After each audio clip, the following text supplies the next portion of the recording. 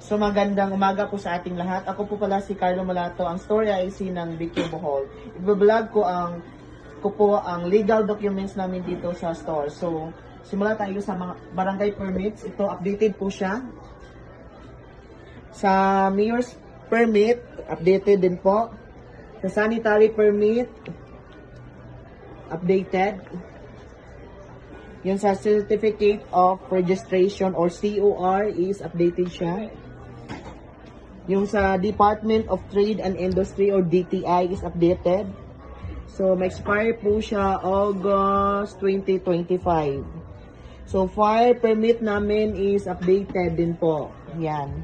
Go. Sa business plate po natin, updated po siya. Renewed na siya. Yung sa business plate, and then sa receipt and invoice, updated din po siya. As for receipt. Yan. Okay na. So, bali, may dalawa kaming fire extinguisher dito sa store. So, ma-expired po siya is February 2027. Service invoice namin na gamit last month is dalawa. Inventory of 10, good until February. The sales invoice naman is last month na gamit ay isa. Ang inventory po nito is nasa 8. Good until February din po. Sa PR receipt namin na gamit last month is isa. And then yung inventory po niya is 18. Good until April po siya. Thank you so much. So magandang umaga po sa ating lahat. Ako po pala si Carlo Malato, ang Story IC ng Vicky Bohol. I-vlog ko po ang legal documents namin dito sa store. So simula tayo sa mga barangay permits. Ito updated po siya. Sa mayor's permit, updated din po. Sa sanitary permit, updated. Yung sa certificate of registration or COR is updated siya.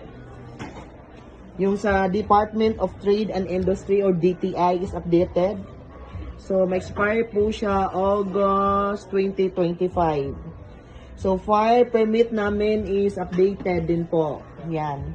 Go. Sa business plate po natin, updated po siya. Renewed na siya. Yung sa business plate, and then sa receipt and invoice, updated din po siya. As for receipt. Yan. Okay na. So, bali, may dalawa kaming fire extinguisher dito sa store. So, ma-expired po siya is February 2027. Service invoice namin na gamit last month is dalawa. Inventory of 10, good until February. The sales invoice naman is last month na gamit ay isa. Ang inventory po nito is nasa 8. Good until February din po. Sa PR receipt namin na gamit last month is isa. And then yung inventory po niya is 18. Good until April po siya.